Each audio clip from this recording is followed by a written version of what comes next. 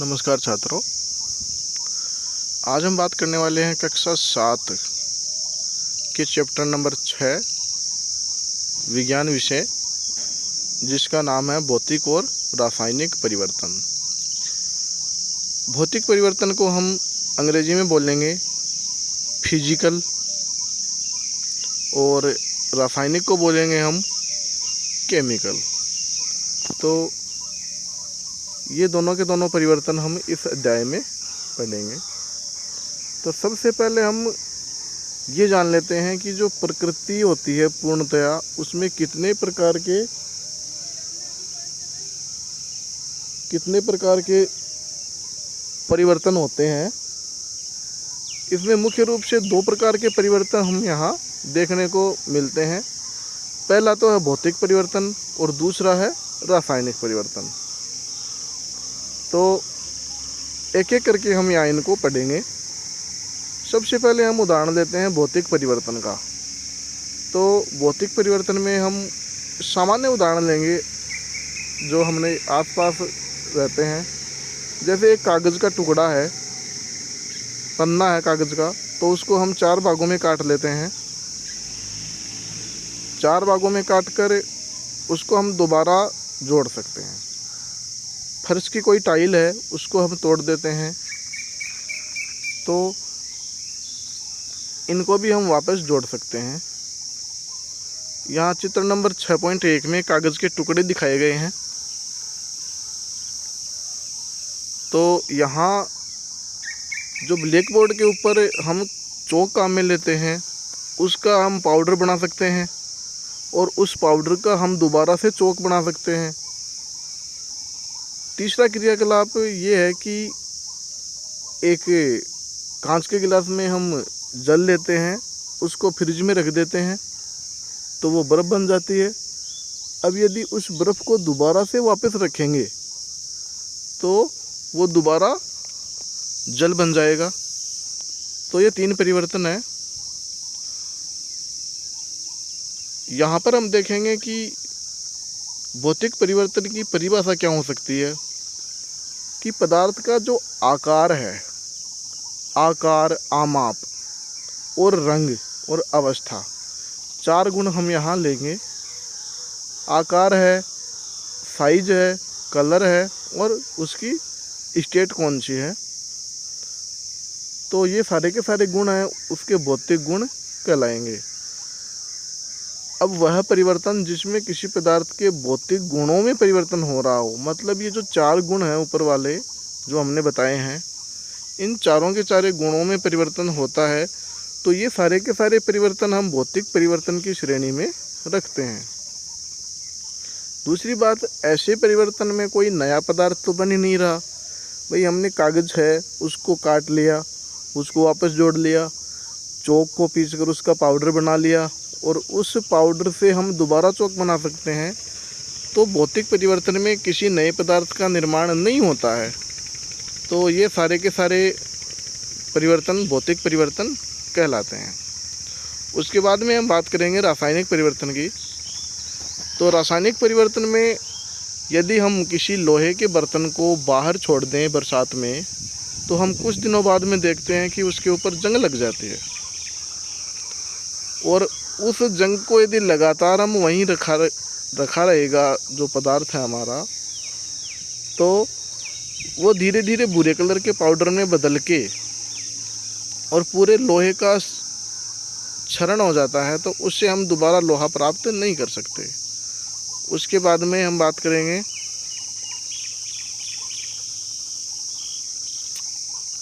अन्य परिवर्तन में। जैसे मैग्नीशियम है, मैग्नीशियम का फीता लेते हैं और उसको जला देते हैं। मैग्नीशियम प्लस ऑक्सीजन बराबर मैग्नीशियम ऑक्साइड बनेगा यहाँ, और चमकदार श्वेत पदार्थ बनेगा। इस पदार्थ को यदि हम इस पदार्थ से वापस यदि मैग्नीशियम का फीता बनाना चाहें तो ये संभव नहीं है। तो इन्हीं परिवर्तनों के आधार पर हम परिभाषा देंगे रासायनिक परिवर्तन की। एक छोटा सा उदाहरण और है, जैसे मैग्नीशियम जो ऑक्साइड है उसकी यदि जल से क्रिया करवाएं तो मैग्नीशियम ऑक्साइड का निर्माण, हाइड्रोक्साइड का निर्माण होता है, जो कि एक क्षार है।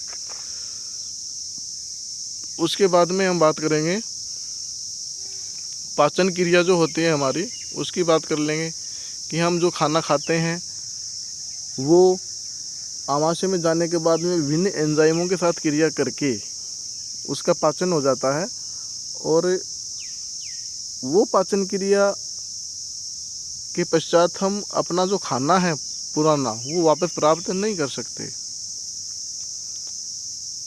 उसके बाद में हम बात करेंगे क्रियाकलाप 6.8 में, तो एक परख नली में एक चम्मच सिरका डाल लेते हैं और कुछ चुटकी भर सोडा डाल देते हैं, तो इसमें एक ध्वनि सुनाई देती है जिसमें गैस के बुलबुले बाहर निकलते हैं। तो ताज़ा बने हुए चूने का जो पानी है उसमें से यदि इसको गुजारते हैं तो परख नली में निम्न प्रकार का परिवर्तन हमको देखने को मिलता है। जैसे सिरका है, सिरके में कौन सा अम्ल होता है हम जानते हैं, एसिटिक अम्ल। एसिटिक अम्ल और खाने के सोडे की क्रिया करवाएंगे हम तो कार्बन डाइऑक्साइड और कुछ अन्य पदार्थ बनेगा। अब इस कार्बन डाइऑक्साइड से हम वापस सिरका का निर्माण नहीं कर सकते। उसके बाद में दूसरा उदाहरण है, कार्बन डाइऑक्साइड और चूने के पानी की यदि क्रिया करवाएं तो कैल्शियम कार्बोनेट का निर्माण होगा, जिसका सूत्र होगा अपना CaCO3, और साथ में जल का निर्माण होगा। तो विपरिवर्तन जिसमें अवस्था बदल जाती है या फिर एक नए पदार्थ का निर्माण होता है, उनको हम रासायनिक परिवर्तन या रासायनिक अभिक्रिया कहते हैं। जो प्रकृति है उसमें भौतिक और रासायनिक दोनों प्रकार के परिवर्तन ही मिलते हैं। तो देखो यहाँ पर कुछ रासायनिक परिवर्तनों के गुण हैं, वो बता देते हैं कि सबसे पहले तो ऊष्मा या प्रकाश या अन्य किसी प्रकार के विकिरण है, जिसमें पराबैंगनी विकिरण हो सकते हैं, वो बनेंगे। ध्वनि का निर्माण होगा, किसी प्रकार की गंध निकलेगी, नई गंध बनेगी, रंग में परिवर्तन हो जाएगा पदार्थ के, या फिर अन्य कोई प्रकार की गैस का निर्माण हो जाएगा। तो ये सारे के सारे जो लक्षण हैं ये अपने रासायनिक परिवर्तन के लक्षण हैं। ये सारे के सारे लक्षण यदि अभिक्रिया में दिखाई देते हैं तो हम ये कह सकते हैं कि वो परिवर्तन है वो रासायनिक परिवर्तन है। यहाँ पर बात कर लेते हैं हम वायुमंडल में ओजोन की परत के बारे में। तो सूर्य जो है, सूर्य से आने वाली जो अल्ट्रावायलेट रेज होती है वो ओजोन परत जो है उसमें आकर अवशोषित हो जाती है। इस तरीके से वो अपनी पृथ्वी के ऊपर नहीं पहुंच पाती। तो पृथ्वी के लिए जो ओजोन लेयर है वो एक रक्षा कवच का कार्य करती है। दूसरी बात, ओजोन पराबैंगनी विकिरणों को अवशोषित कर लेती है और ऑक्सीजन में परिणित हो जाती है। मतलब जो नवजात ऑक्सीजन है उसका निर्माण उनसे हो जाता है। ऑक्सीजन ओजोन से भिन्न होती है। क्या हम ओजोन के अपघटन को रासायनिक परिवर्तन कह सकते हैं? यदि ओजोन द्वारा पराबैंगनी विकिरण अवशोषित नहीं होती तो वह पृथ्वी सतह पर पहुंचकर हमको हानि पहुंचाती। तो ये भी एक प्रकार का रासायनिक परिवर्तन है। उसके बाद में हम बात करेंगे लोहे में जंग लगने की।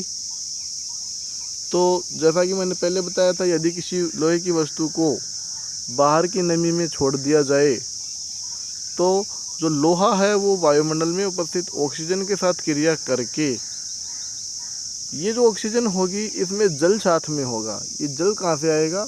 हम जानते हैं कि जो वायुमंडल है उसमें जलवाष्प मिश्रित होती है, तो ये जल वहीं से आता है।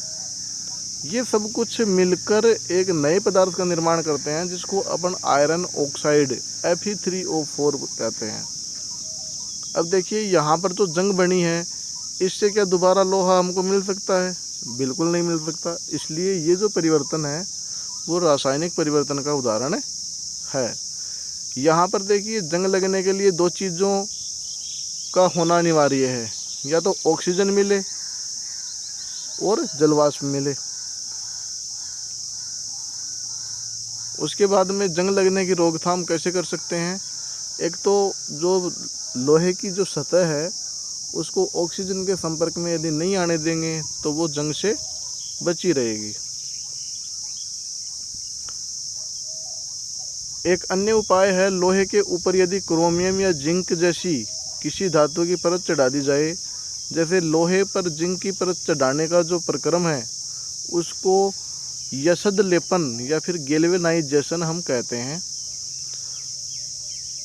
जो गैल्वेनाइजेशन होता है उससे कुछ हद तक जो जंग की समस्या है उसका निवारण हो जाता है।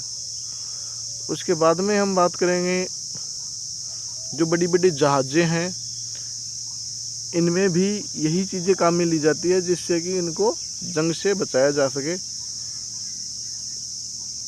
उसके बाद में हम अगले प्रक्रम की बात करेंगे जिसका नाम है क्रिस्टलीकरण।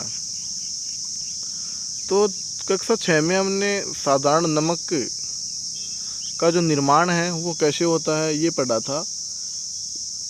जो समुद्री जल होता है उसको विभिन्न क्यारियों में हम इकट्ठा कर देते हैं और इन क्यारियों में से वाष्पन के द्वारा जो जल है वो उड़ जाता है और जो नमक के क्रिस्टल हैं वो बचे रह जाते हैं। यहाँ पर ये जो नमक के जो क्रिस्टल बचे रहते हैं वाष्पन की क्रिया होने के पश्चात, यही जो क्रिया है वो हम क्रिस्टलीकरण कहते हैं।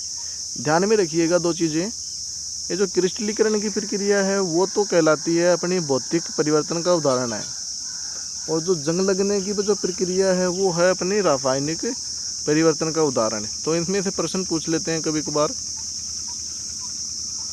उसके बाद में हम बात करेंगे जो प्रमुख शब्द है उनकी।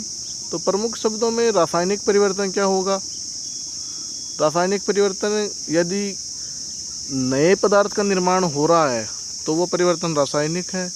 रासायनिक अभिक्रिया, रासायनिक अभिक्रिया रासायनिक परिवर्तन का ही एक उदाहरण है जिसमें अनेक पदार्थों का निर्माण होता है, विभिन्न प्रकार की गैसें निकलती है। क्रिस्टलीकरण के बारे में आपको बताया, नमक का जो निर्माण है वो क्रिस्टलीकरण की प्रक्रिया का उदाहरण है और ये एक भौतिक प्रक्रिया है। यजद लेपन जो होता है उससे हम लोहे की वस्तुओं को बचा सकते हैं जिंक का उपयोग करके। तो ये थे अपना पाठ नंबर 6 कक्षा 7। मिलते हैं अगले वीडियो के साथ, तब तक के लिए गुड बाय, टेक केयर।